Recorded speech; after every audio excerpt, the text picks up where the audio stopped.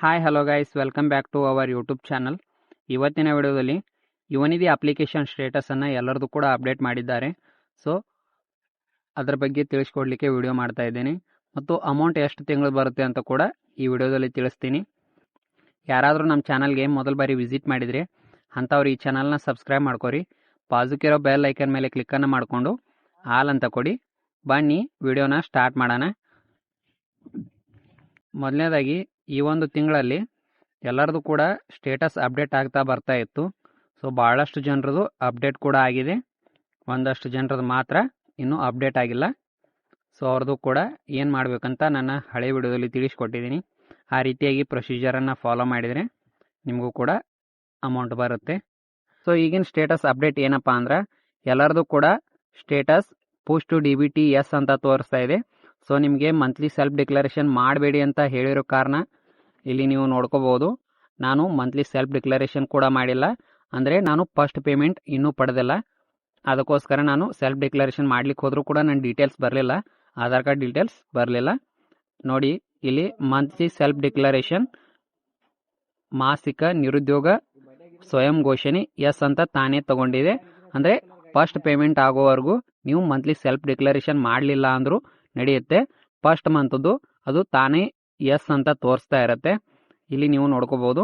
Push to DBT ಕೂಡ ನಂದು S ಇದೆ ಮತ್ತು ಮಂತ್ಲಿ ಸೆಲ್ಫ್ ಡಿಕ್ಲರೇಷನ್ ನಾನು ಕೊಟ್ಟಿಲ್ಲ, ಆದರೂ ಕೂಡ ಎಸ್ ಅಂತ ಬಂದಿದೆ.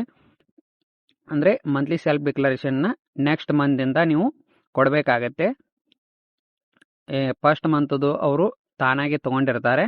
ಎಸ್ ಅಂತ ತೋರಿಸ್ತಾ ಇದೆ ನೋಡಿ ಸ್ಟೇಟಸ್ನಲ್ಲಿ. DBT ಪುಷ್ಡ್ ಅಂತ ಬಂದರೆ ನಿಮ್ಮ ಒಂದು ಖಾತೆಗೆ ಅಮೌಂಟ್ ಬರಲಿಕ್ಕೆ ರೆಡಿಯಾಗಿದೆ ಅಂತ ಅರ್ಥ. ಇನ್ನು ಅಕೌಂಟಿಗೆ ಮಾತ್ರ ಹಾಕಬೇಕು. ಸೊ ಇನ್ನು ಎರಡನೇದಾಗಿ ಅಮೌಂಟ್ ಎಷ್ಟು ತಿಂಗಳು ಬರುತ್ತಪ್ಪ ಅಂದ್ರೆ ಇಲ್ಲಿ ನಾವು ಚೆಕ್ ಮಾಡ್ಕೋಬೋದು. ನಿಮಗೆ ಲೈವಲ್ಲಿ ತೋರಿಸ್ತೀನಿ.